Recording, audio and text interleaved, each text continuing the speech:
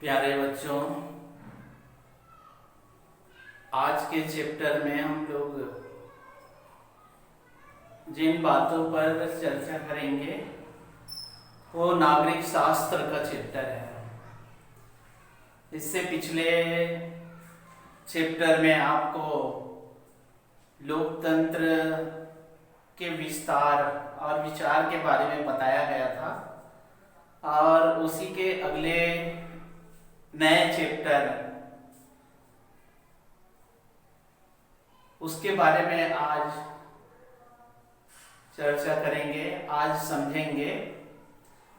और उस चैप्टर का नाम है लोकतंत्र की विशेषताएं। नया चैप्टर है ये।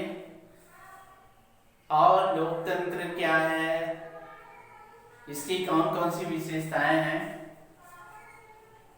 इसके बारे में इस अध्याय में हम लोग चर्चा करेंगे। तो लोकतंत्र की विशेषता या लोकतंत्र क्या है, इसके बारे में निचले पॉइंट में हम लोग समझेंगे। तो सबसे पहले इन बातों को समझेंगे कि बहुत सारे जो देश थे, औपनिवेशिक शक्तियां वहां पर थी। साम्यवादी जो देश थे वो छोटे छोटे राष्ट्र पर उपनिवेश स्थापित कर दिए थे और उस उपनिवेश के कारण वहां पर जनता के अधिकार छीन लिया गया था। और धीरे धीरे वहां पर लोकतंत्र की स्थापना हुई क्रांतियां होने के बाद में। अब चलते हैं आगे लोकतंत्र की ओर। तो लोकतंत्र को जानने से पहले अधिनायक तंत्र क्या है। अधिनायक तंत्र ऐसे शासन व्यवस्था है जिसमें किसी एक व्यक्ति का उस देश में संपूर्ण कानून व्यवस्था, संपूर्ण जो वहां की शासन व्यवस्था का ढांचा, एक व्यक्ति के हाथ में नियंत्रण होता है। उनको सारी शक्तियां प्राप्त होती है और उस देश में, उस राष्ट्र में अपना एकाधिकार स्थापित करके शासन व्यवस्था का संचालन करते हैं। जैसे कि पिछले चैप्टर में हमने पढ़े कि गद्दाफी, कर्नल गद्दाफी और जनरल नेविन, ये दोनों सेना अध्यक्ष थे और इन्होंने लीबिया और म्यांमार में एक सैनिक शासक स्थापित किया और वहां पर अपने अधिनायकवादी शासन व्यवस्था का संचालन करता था। किसी भी जनता के हाथ में कोई भी अधिकार नहीं था, ना कोई भी शक्तियां नहीं थी। तो इस प्रकार से अधिनायक तंत्र, जहां पर एक व्यक्ति का शासन, तानाशाही शासन जिसको कहा जा सकता है, वो जनता को किस प्रकार से शासित करती है, जनता के लिए किस प्रकार से कानून बनाती है, वो उनके ऊपर रहता है। तो आइए चलते हैं अधिनायक तंत्र की कौन कौन सी विशेषता या लक्षण है उसके बारे में देखते हैं। तो सबसे पहला जो है, एक व्यक्ति के मनमानी का शासन होता है। अधिनायक तंत्र, अभी आप लोग को बताया कि एक व्यक्ति के शासन का मनमानी होना, वो जिस प्रकार से जैसा शासन व्यवस्था करे उनको जनता को स्वीकार करना ही पड़ता था। चाहे वो ज्यादा टैक्स लगाए, ज्यादा कर वसूल करे या कोई भी लोगों के लिए कानून बनाए, उसको जनता को मानना ही पड़ता था। और जनता अगर नहीं मानते थे तो उनको देश निकाला या उनको मृत्युदंड की सजा दे दिया जाता था या उनको मौत के घाट उतार दिया जाता था। यह है तानाशाही। कर्नल गद्दाफी और थेन सेन, ये जितने भी शासक थे एक तानाशाही अपने ही जो विचार या अपने ही बातों को मनवाने का प्रयास करता था। जनता मजबूर थी उनकी बातों को मानने के लिए। ये है अधिनायक तंत्र। मनमानी का शासन कहा जाता है, तानाशाही का शासन कहा जा सकता है। तो अधिनायक तंत्र में एक व्यक्ति सर्वे सर्वा होता है, उनका ही उस शासन व्यवस्था पर एक अधिकार होता है। दूसरा है एक दल की सरकार।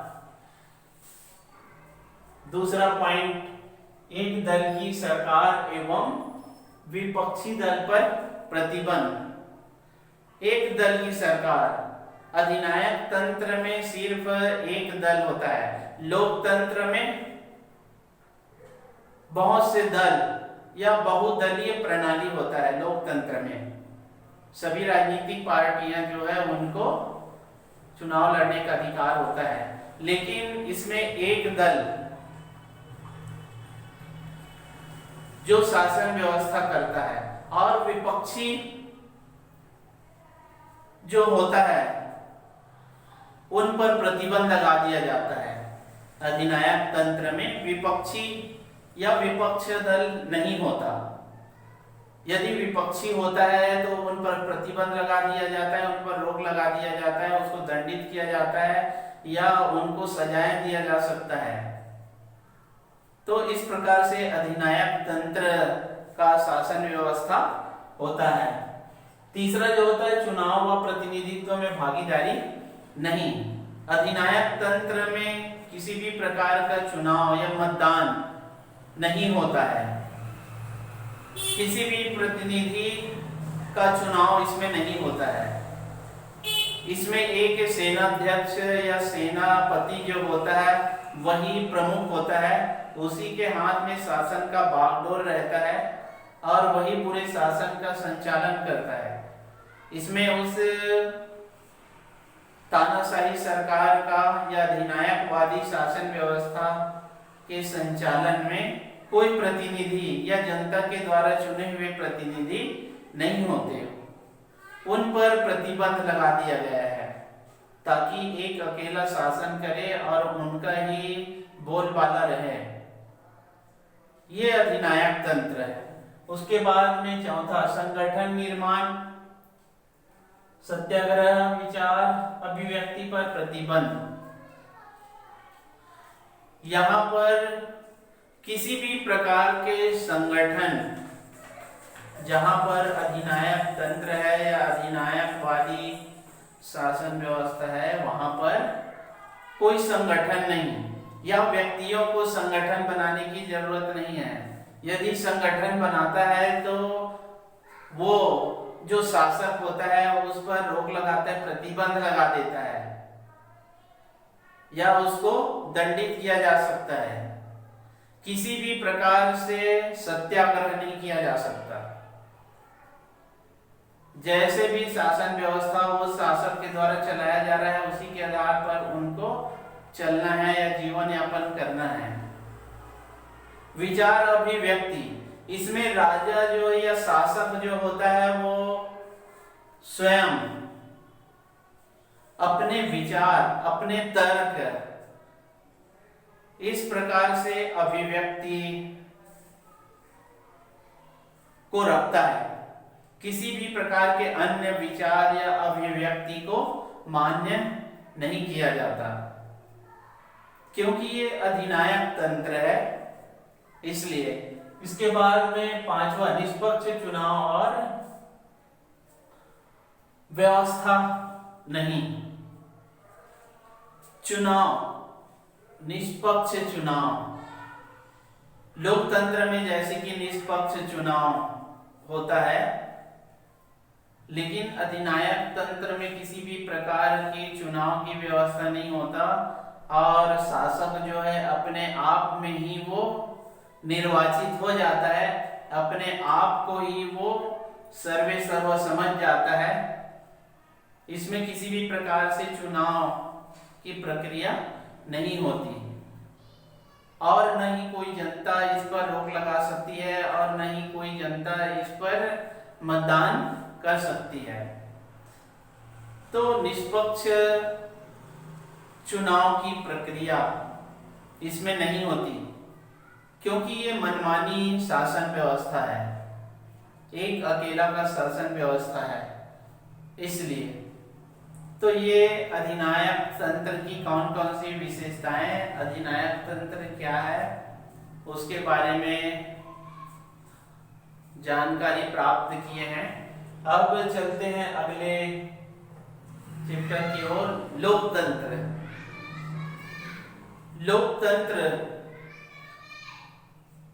बहुत सारे देश उपनिवेशवादी संकट से निकलकर लोकतंत्र की स्थापना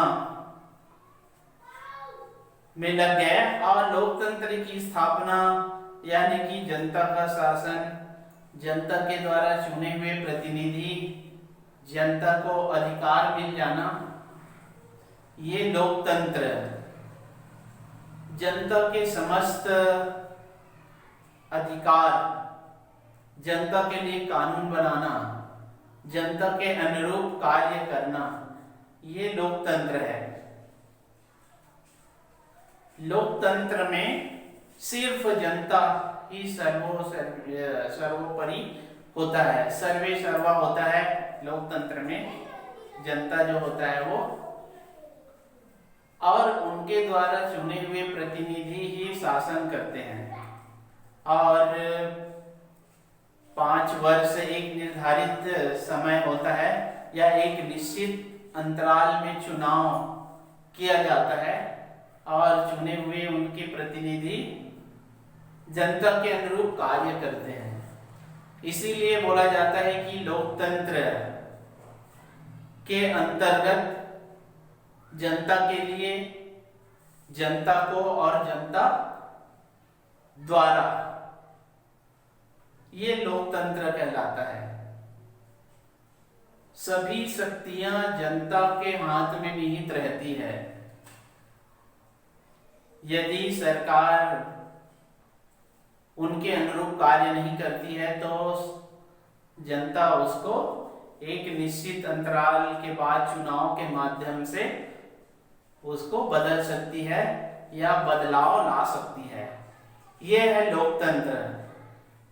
लेकिन राजतंत्र, अधिनायक तंत्र में इस प्रकार से चुनाव की प्रक्रिया या जनता के प्रतिनिधि नहीं होते। तो लोकतंत्र जनता का शासन है और जनता के प्रतिनिधि उनके अनुरूप, उनके भलाई के लिए कार्य करते हैं। तो लोकतंत्र की कौन कौन सी विशेषताएं हैं इसको देखते हैं। पहली विशेषता लोकतंत्र की है वो है उत्तरदायी सरकार।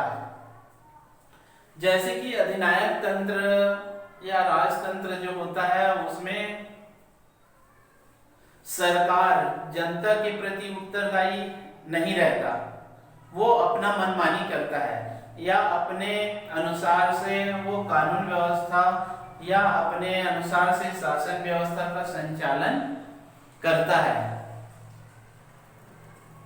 इसमें जनता के अनुरूप कार्य नहीं होता अधिनायक तंत्र में या राजतंत्र में। लेकिन लोकतंत्र में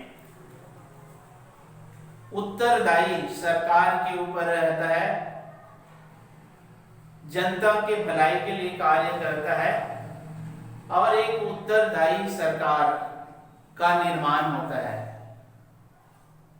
सरकार उत्तरदायी होता है जनता के प्रति। यदि गलत कार्य करती है या ठीक से कार्य नहीं करती है तो उनको जनता दोबारा मतदान के द्वारा बदल सकती है। इसलिए शासन करने वाला जो सरकार में बैठते हैं वो जनता के लिए कार्य करते हैं, जनता के प्रति उनका उत्तरदायित्व रहता है कि जनता के हित के लिए कार्य करें। दूसरा जो है निश्चित अंतराल के बाद में चुनाव होता है। लोकतंत्र की जो शासन व्यवस्था होता है उसमें एक निश्चित अंतराल के बाद में चुनाव होना ही है। और चुनाव के बाद में जनता को या लोगों को अपने अगले प्रतिनिधि चुनने का अधिकार मिल जाता है और उसके कार्यकाल का, अपने प्रतिनिधि के संपूर्ण उस वर्ष में किए गए कार्य का अवलोकन करने के बाद में जनता उस प्रतिनिधि को दोबारा मौका देती है, दोबारा फिर से उसको चुनती है और सत्ता सौंपती है। तो निष्पक्ष निश्चित अंतराल के बाद में चुनाव की प्रक्रिया होती है। इसके बाद में तीसरा जो है स्वतंत्र एवं निष्पक्ष चुनाव। लोकतंत्र शासन व्यवस्था है, उसमें किसी भी प्रकार के दबाव, किसी भी प्रकार की बाधाएं या किसी भी प्रकार के अड़चन या दबाव इसमें नहीं होता। जनता स्वतंत्र है कि वो किसको मतदान करे, किस पार्टी को मतदान करे। जनता स्वतंत्र है और निष्पक्ष है।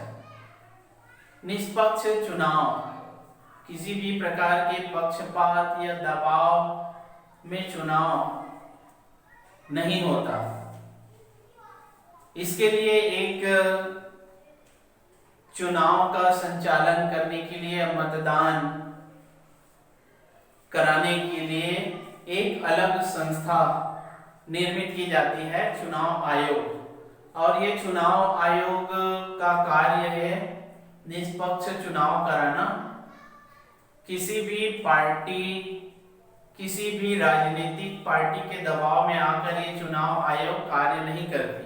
वो अपने मन से स्वतंत्र रूप से मतदान करवाती है और मतदान कराने के बाद में जो सबसे बड़ी पार्टी होती है उनको सरकार बनाने के लिए आमंत्रित करती है।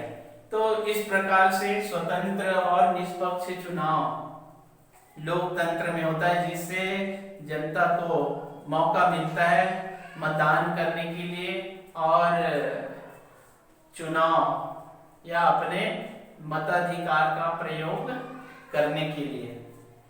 चौथा जो आता है सार्वभौमिक वयस्क मताधिकार। लोकतंत्र का जब चुनाव होता है तो इसमें किसी भी वर्ग विशेष पर ध्यान नहीं दिया जाता। इसमें समस्त उस देश के नागरिक, चाहे वो गरीब हो, चाहे अमीर हो, चाहे कोई भी जाति का हो, हिंदू हो, मुस्लिम हो, सिर्फ 18 वर्ष से अधिक आयु का होना चाहिए, उसी को मताधिकार प्राप्त होता है और वो अपने मताधिकार का प्रयोग करके एक अपने प्रतिनिधि का चुनाव कर लेते हैं। तो सार्वभौमिक उस देश में रहने वाले जितने भी वयस्क है, चाहे वो स्त्री हो, पुरुष हो, उनको मत देने का अधिकार होता है। इसमें गरीब अमीर इसका किसी भी प्रकार से अवलोकन नहीं किया जाता। वो उस देश का नागरिक हो और वयस्क मताधिकार उसको प्राप्त होना चाहिए और उसके बाद में वो मतदान कर सकता है और अपने अनुरूप, अपने अनुसार से वो प्रतिनिधि चुन सकता है। तो ये लोकतंत्र की व्यवस्था है। तो आज लोकतंत्र अधिनायक तंत्र के बारे में आज जानकारी प्राप्त किए। इस पीरियड के अंतर्गत अगले और महत्वपूर्ण बातों पर अगले पीरियड में चर्चा करेंगे। धन्यवाद।